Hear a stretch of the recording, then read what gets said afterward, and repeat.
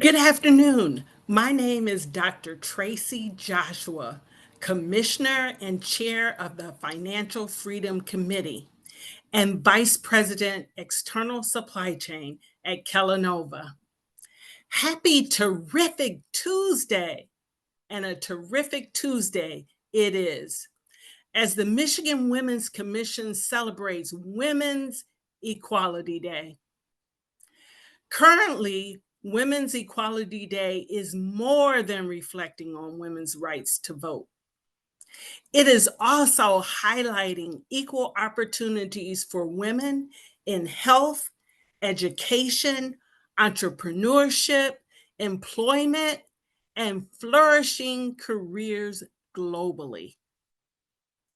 How fitting for the Michigan Women's Commission to release its Pathways to High Wage Careers report on this momentous occasion. Established in 1968, the Michigan Women's Commission was charged with surveying women across Michigan to understand and identify the challenges that women face and then make policy recommendations to address those challenges, as well as to recognize the great achievements of Michigan women. What we know for sure is when Michigan women are economically secure and thriving, our Michigan economy grows stronger. To this end, in recent surveys, Michigan women identified economic security as their top priority, with a strong call for clear pathways into high wage careers. Specifically, according to the 2024 Women in the Michigan Workforce Report, labor force participation for women in Michigan is 10% below that of men. If women were to participate in Michigan's labor force at the same rate as men, the economic potential is estimated to be huge. A range of 24 billion, yes, billion with a B, to 47 billion annually. To accelerate women's labor force participation in high wage careers, the Michigan Women's Commission convened Pathways to High Wage Career Roundtables statewide, promoting high wage, high demand career pathways for women and engaging employers in identifying and addressing the barriers that limit women's participation and achievement in the workforce. Aligned with Governor Whitmer's goals, the Michigan Women's Commission has been laser focused on the health, wealth, and leadership of women across the state. The Pathways to High Wage Careers report shares what we as a commission learned from hosting roundtables, and this report offers clear, actionable recommendations to ensure more women can access, enter, and thrive in high wage careers. In our time together today, you will hear from a panel of commissioners highlighting each area of concentration within our Pathways to High Wage Careers report, including themes, takeaways, and most important, actions that will have an impact. We trust our discussion will be informative, inspiring, and ignite and drive action. Let's begin with our esteemed panel moderated by Commissioner Muna. Thank you, Tracy. Good afternoon, everybody. My name is Muna Jundi, and I served on the Michigan Women's Commission for 6 years, one of which I had the pleasure of serving as the chairperson. Though I'm no longer a commissioner, the work the commission does is so important, and so I'm always happy to participate when I can. We'll be having a brief panel discussion with 4 of our boss women, yes, boss women commissioners. So let's start with Commissioner Lisa Cawley. Hi, Lisa. Hi, Muna. How are you? Good, how are you? Good. Okay, so can you set the scene for us? Please introduce yourself, Accenture's IT program, the Michigan Apprenticeship Network, and the inaugural roundtable with Governor Whitmer. What recommendations came from the roundtable and why are they important? Thanks, Muna. And I think I have you to thank for being a commissioner. So that's right. So anyway, lovely to be here. I'm so excited to be a part of launching this really important report. I'm Lisa Cawley. I'm Commissioner and Vice Chair of the Michigan Women's Commission, and I'm also a Managing Director with Accenture. Muna, you asked about setting the context. I think as Tracy just articulated, we know that economic security is the #1 priority for women in Michigan. And so looking across Michigan at programs that can really help generate those kinds of pathways, we were looking at apprenticeships. So apprenticeships are a centuries-old model. And in 2016, Accenture was really looking at how to pivot from being what we call talent takers to talent makers. So how do we create talent? And applying the concept of apprenticeship to technology jobs, we were able to hit on something that was really quite powerful for both us and the communities in which we serve. So that was kind of one of the impetus of having these conversations about high wage pathways. And in that inaugural roundtable with Governor Whitmer, we were really able to hear a lot of the challenges, as Tracy pointed out. Some of them are very familiar to us: childcare, transportation, cost of getting the training that's needed. So our recommendations are really focused on how do we start to remove those barriers. And I think part of the good news that you will read in our report and also here in this webinar is a lot of this is already happening. So this is really about how do we continue to grow and scale what we can see is working so we get more women, into our workforce and thriving. So a couple of the recommendations I'll highlight. We have several more in the report, so hopefully folks will spend a little bit of time reading those, but I do want to call out a few. One is really to continue to expand funding for non-traditional pathways with guaranteed support services. So the second part of that is actually really important because that really gets at the challenges we were just articulating about, right? It's one thing to make a move and move into a different space, but you also have to have the right support structures to enable that in your life. And we found that that can be a very serious barrier for a lot of women in Michigan. The other is to continue to scale regional pre-apprenticeship programs and boot camps. There are lots of them in Michigan. A lot of them are doing good work. How do we continue to scale and expand their ability to have more participants? We want to incentivize more employers to participate in our nationally recognized Tri-Share child care program.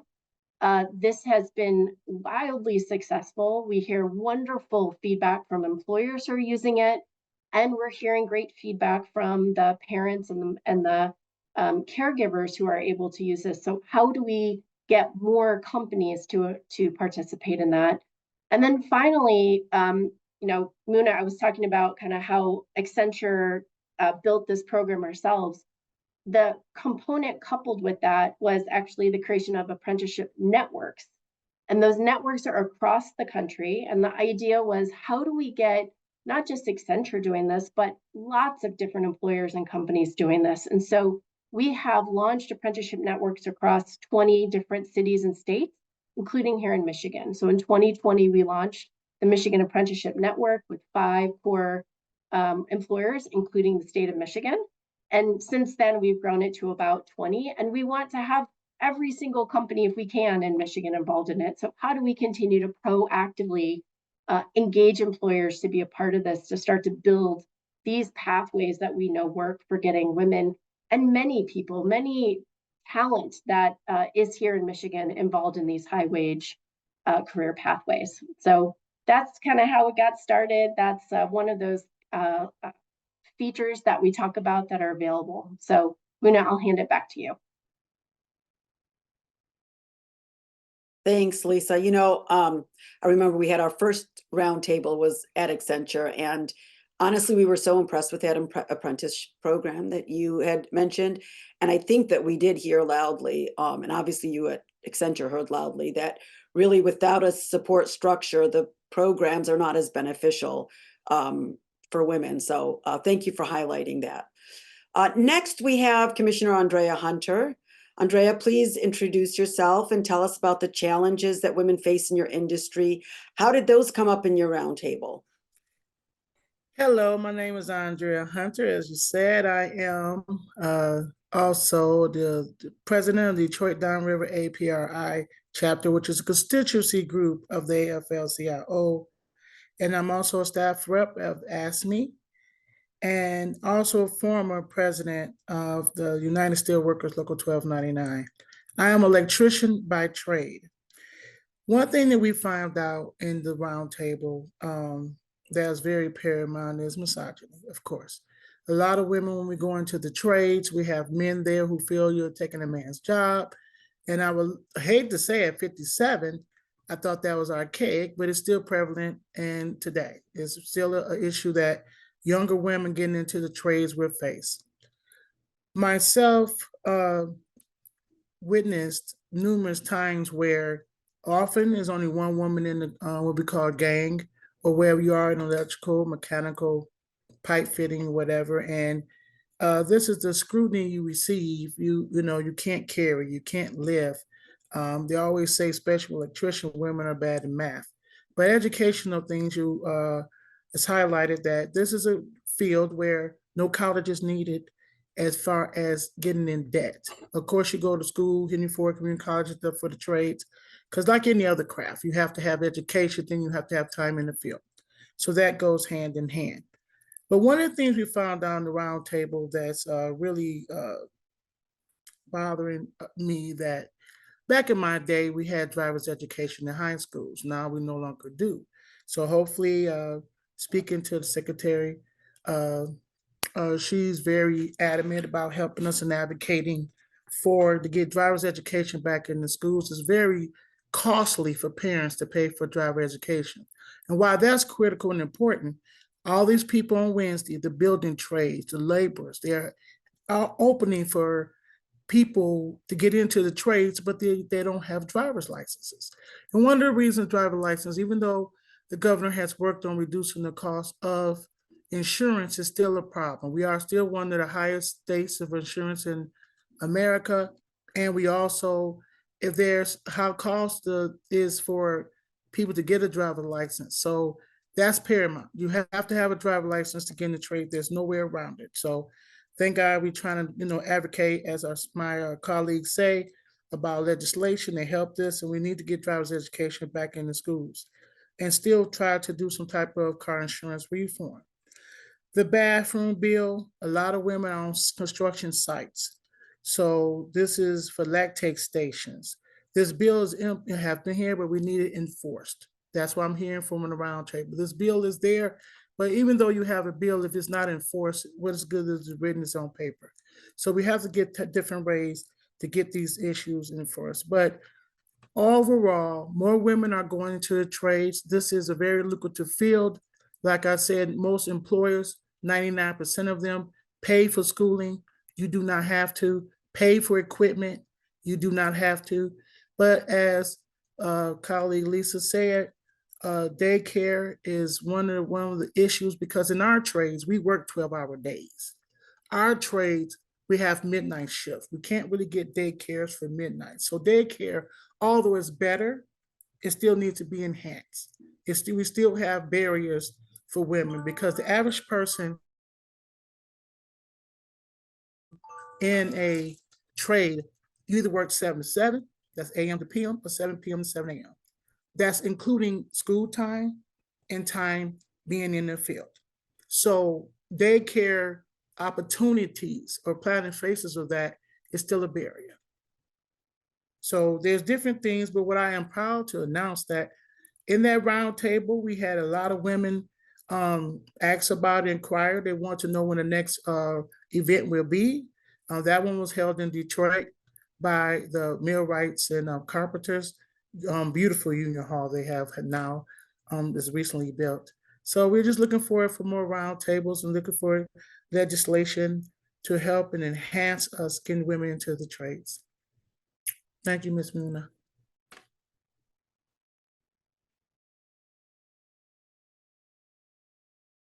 Thank you, Andrea.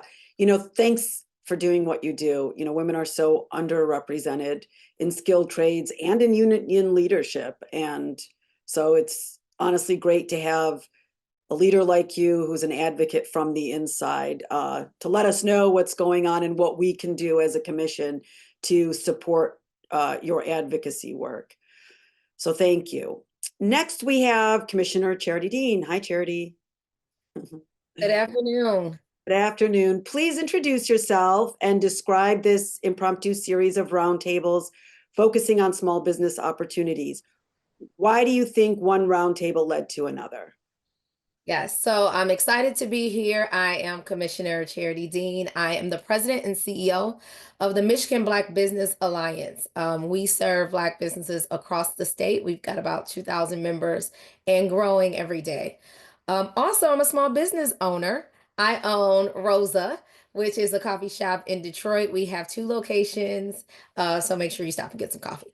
I'm really excited to share our roundtables and also some recommendations. I think what is critical as we're thinking about pathways to high wage careers, as we're thinking about economic growth for women, we have to also think about women as employers. Because if we have a well-rounded approach, then we get it from all angles. And so we started just with a conversation in Lansing with our partners at SBAM. And we had some entrepreneurs on the panel. I was on the panel. And man, it opened up almost like a Pandora's box. There was so much information overflowing.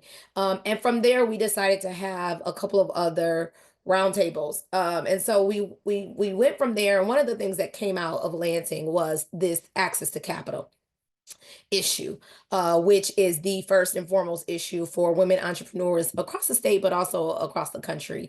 And so we decided to do another event just focused on access to capital. And so we brought in some partners that have programs, but we also talked about the landscape. And even from that, that was another robust conversation, and it led into talent.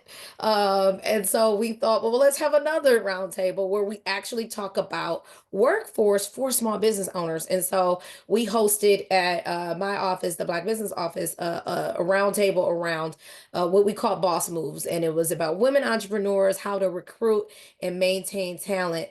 And what was interesting for us, at the MBBA, 70% of our members are women. And so we see these trends not only in our membership, but that has been coming up from these roundtables. And so it was a really robust discussion. We had lots of ideas that came out, but I'll jump straight to some of the recommendations that we had that came out of these roundtables. First and foremost, a capital fund at the state for women-owned startups. Capital, access to capital, it's inevitable. It is a need. And when you look at the numbers of the amount of money that women are actually able to receive, we are men are outperforming us in terms of access to capital, and it's really it's huge. And so we think that the state of Michigan should establish a first run capital fund.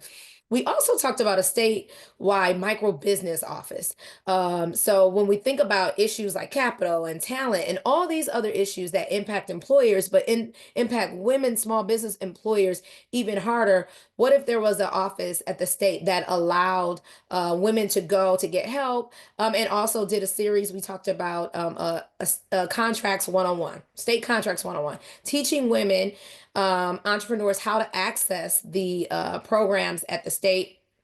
we also talked about the importance of funding technical assistance. So programs that already exist, like Tech Town, Michigan Women Forward, those folks across the state that are already doing the work of getting businesses ready to accept capital, ready to deal with labor and talent, making sure that they have funding.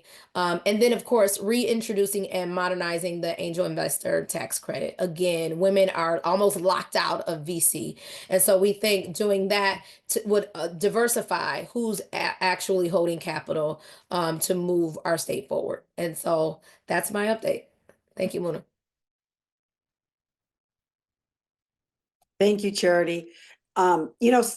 Sometimes people might say, like, why do you guys keep, you have a lot of round tables, but I think you just highlighted, like, even from one round table, seeing that capital investment, access to capital was, such a need, that then there was another round table to have that conversation. And obviously from these round tables, we got the report that has all of these recommendations, some of which you discussed, and hopefully the next step is focusing on implementation. And if any of you folks wondered why I was saying boss women commissioners, Charity is definitely one of them.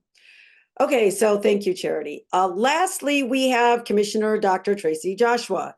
Tracy, I'm going to ask you to take off your hat as chairperson of the commission and put on your hat as your role as vice president of Kellanova. You have experience in listening to the needs of your women employees, and you actually implement solutions. Can you give us some examples of what it is that you're doing? And of course, then if you can close out the panel conversation, that would be great. Thank you, Muna, Commissioner Muna, and thanks to all our commissioners that are participating on this panel. Yes, we held our roundtable in Battle Creek, Michigan, focused on our corporate initiatives. Many corporations are doing many things, but we were focused on the initiatives that both Kellanova and WK Kellogg Co. have implemented, including we have formed an internal supply chain women's advisory board. Our advisory board is both cross-functional and cross all regions where we are located and at every level in the organization. Our mission really has been to increase women in supply chain, which has traditionally been seen as a male-dominated field. With a passion and a purpose to change the narrative, like our Michigan Women's Commission, our global supply chain senior VP, Rodrigo Lance, asked to hear the voices of women across the globe. Two questions we asked: what's holding women back, and what insights and recommendations would eliminate barriers for each person to shine and be their very best self in the workplace. Our advisory board has been progressive, bold, and forward-thinking in addressing and supporting women with resources needed every single day, no matter what lifestyle or stage women are in.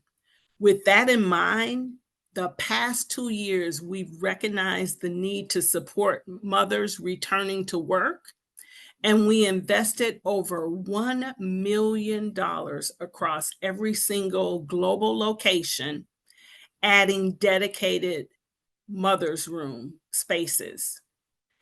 These are clean, comfortable, and safe spaces for mothers that can be used to continue prioritizing the health of themselves and their families. These are not just back rooms for people to slip in. We were very intentional about providing a space for women. We launched a reverse mentoring program where senior male leaders are mentored by junior female leaders and employees. Each were given specific topics to help men experience day-to-day life through the lens and eyes of females in the organization. We launched an initiative to support women in returning to work after extended leave due to childcare, which we've heard about, and or elder care. In addition to these internal advances, we've also sponsored women and men attending conferences, specifically women in manufacturing, promoting community, network, and allyship training for both males and females to support women's growth for the future. At Kellanova and WK Kellogg Co., we are focusing on growing all talent, but specifically female leaders to the highest level in the organization and more.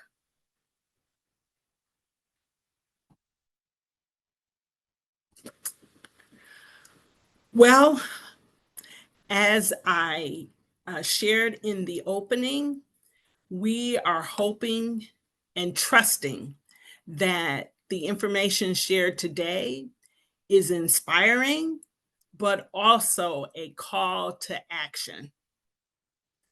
We want to translate these initiatives that we've spoken of and that are in our report into meaningful progress. The following calls to actions are designed to be actionable and attainable. These recommendations provide a roadmap for policymakers, businesses, and communities to take immediate steps.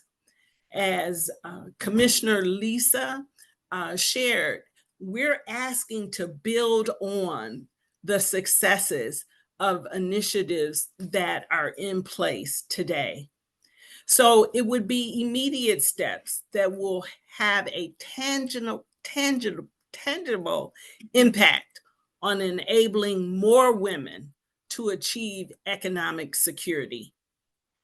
Each action is designed to build on, as I said, existing successes, offering a high return with low barriers to implementation, and drive measurable economic benefits for Michigan. Let me just call out a few. I do want you to please go to our report, which we are releasing today, Pathways to High Wage Careers, and read through all the details. The ones that I'm going to call out right now are expand the Michigan Tri-Share Care Program. Childcare and caregiving responsibilities are one of the top reasons women are pushed out of the workforce, or at a minimum, limited to low-wage roles. The Michigan Tri-Share Care Program allows employers, employees, and the state to split the cost of childcare, a win-win for businesses and families alike. Also, our second recommendation is creating a statewide first rung capital fund.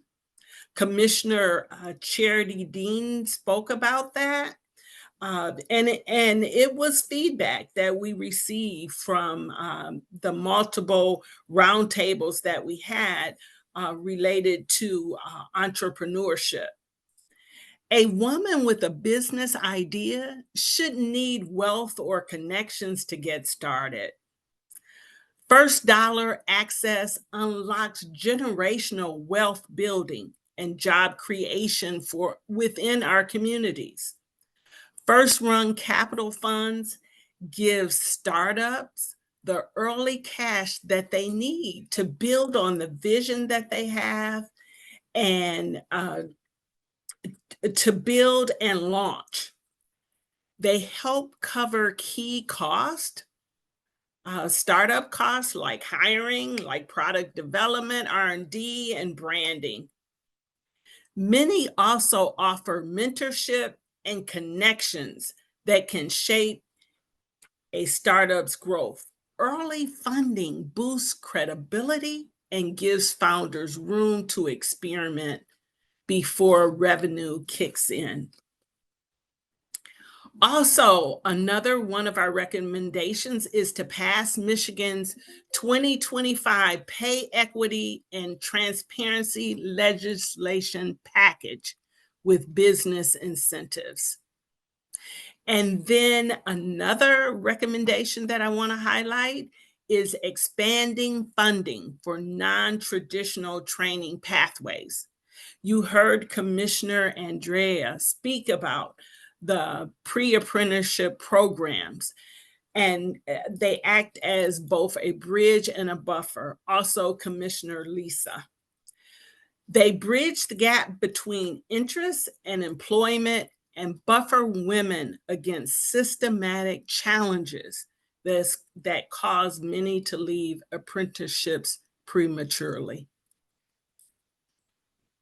Those are just a few of the recommendations that are in our report, but again, I welcome you to read through our entire report. With that, I do believe that we have our great governor, Governor Gretchen Whitmer, on the line with us. Welcome, Governor Whitmer. We appreciate you taking time out of your busy schedule to join us today on Women's Equality Day and for the release of our Pathways to High Wage Career report. Thank you. Thank you. Thank you. It's good to be with you. I love to see you all, and I can't tell you how grateful I am for everything that you are doing in your communities on behalf of our state. So it is great to be with you all and to join you to talk a little bit about our work to connect women with high wage careers. You know, today as we celebrate Women's Equality Day and honor generations of women who fought hard for our rights and freedoms, it is important that we're together and acknowledging this. I often think about my mom, and I always think about my daughters. You know, my mom was my hero. She broke a lot of barriers, and I had a long career as a public servant. And as governor, I'm really honored to follow her footsteps, and I'm really proud to watch my daughters make their own way in the world. Smart, driven young women. And today I think we should celebrate how far we've come, but also recommit ourselves to the work ahead, because there still is much work, without question. So I want to thank everyone on the Women's Commission for the work that you do, for hosting this event, for your individual leadership and your collective work. Since 1968, this commission's been a trusted voice, listening to women, identifying challenges, and proposing solutions. And your latest report builds on that proud legacy, giving us a clear path forward to strengthen economic security and build a Michigan where every woman can survive and thrive. When women start businesses, we know communities flourish. When women earn more, our community and our economy grows. When women succeed, the state of Michigan succeeds. So this report points us to the actions that we need to focus on to unleash the extraordinary potential of Michigan women. Let's start with apprenticeships. Earlier this year, we invested nearly $2 million in apprenticeships, expansion grants, supporting almost 300 Michiganders, many of them women, as they step into careers in IT and healthcare and advanced manufacturing. But we're not stopping there. Through the Michigan Achievement Scholarship, we're lowering the cost of college for tens of thousands of students. With Michigan Reconnect, we're making an associate's degree or skills certificate tuition-free for any adult who's 25 years or older, and helping them graduate debt-free and land a good job. And with Going Pro, we're helping businesses train their own employees to continue investing and expanding in Michigan. All these programs don't just train workers, they transform lives. And that's really what it's all about. They help people attain financial independence, find their passion, and live the kind of fulfilling life that every one of us deserves. But training is only a part of the equation, as we all know. Childcare remains an incredibly high barrier to opportunity that women and families face every day. Too often, women are forced to choose between caring for their kids or advancing their career. And no one should have to make that choice. And that's why we created and expanded the Tri-Share program, the child care program, which splits the cost evenly between the family, the employer, and the state. It's also, I think, something that is available in every Michigan county now, serving nearly 1,000 children and saving families $80 million. And this year we raised eligibility so that more families can enroll. We made it easier. We'll keep working together to expand access to quality, affordable childcare. Your new report also emphasizes entrepreneurship. Michigan women have the creativity and drive to start businesses, but the problem is the lack of access to capital, coaching, or networks. So programs like Smart Zone, Start Garden, and Tech Town Detroit are helping us to close those gaps. But there's still more to do. We need to strengthen entrepreneurial training and continue pushing for new targeted tools to help women turn their ideas into a business. And finally, I want to talk about business initiatives. Michigan's business community has a critical role to play in making our economy more fair and free for all workers. And that means pay transparency, fair promotion practices, and a commitment to breaking glass ceilings. Because closing a pay gap isn't just the right thing to do. It's good for business. It's good for Michigan. It's good for our families.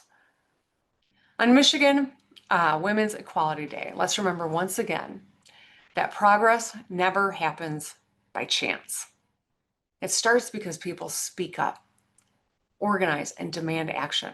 It happens when policymakers listen and leaders take action. And it lasts when we refuse to settle for symbolic gestures and we insist on real change. I couldn't do this work without you. I'm proud of what we've accomplished together. I'm determined to make sure that every minute that I'm governor, I get to work with you, that we continue to make a difference for women in Michigan and our families. So thank you so much.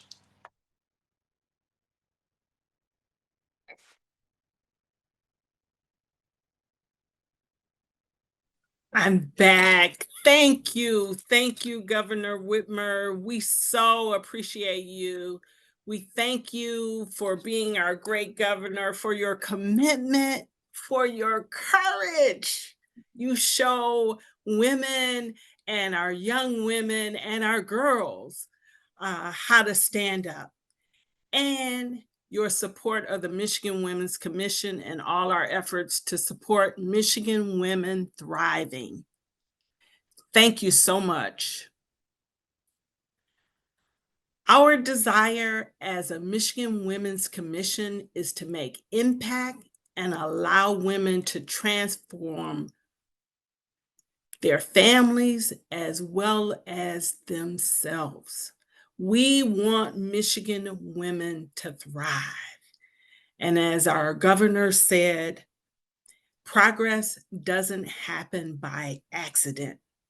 It's intentional and being on purpose. So I want to take time to thank all of our commissioners that have participated in our roundtables, have shown their support, for our commissioners who work tirelessly for Michigan women across the state. I want to thank Commissioner Lisa and her colleagues at Accenture, who have also worked tirelessly to support us, in addition to bringing this report to life. Commissioner Kelly Saunders who has moved on but continues to work tirelessly for the women of Michigan. Commissioner Cherry Dean, who you heard from today, Commissioner Andrea, and Commissioner Muna. Also the staff and Michigan Women's Commission. I mean, just amazing boss ladies that support us.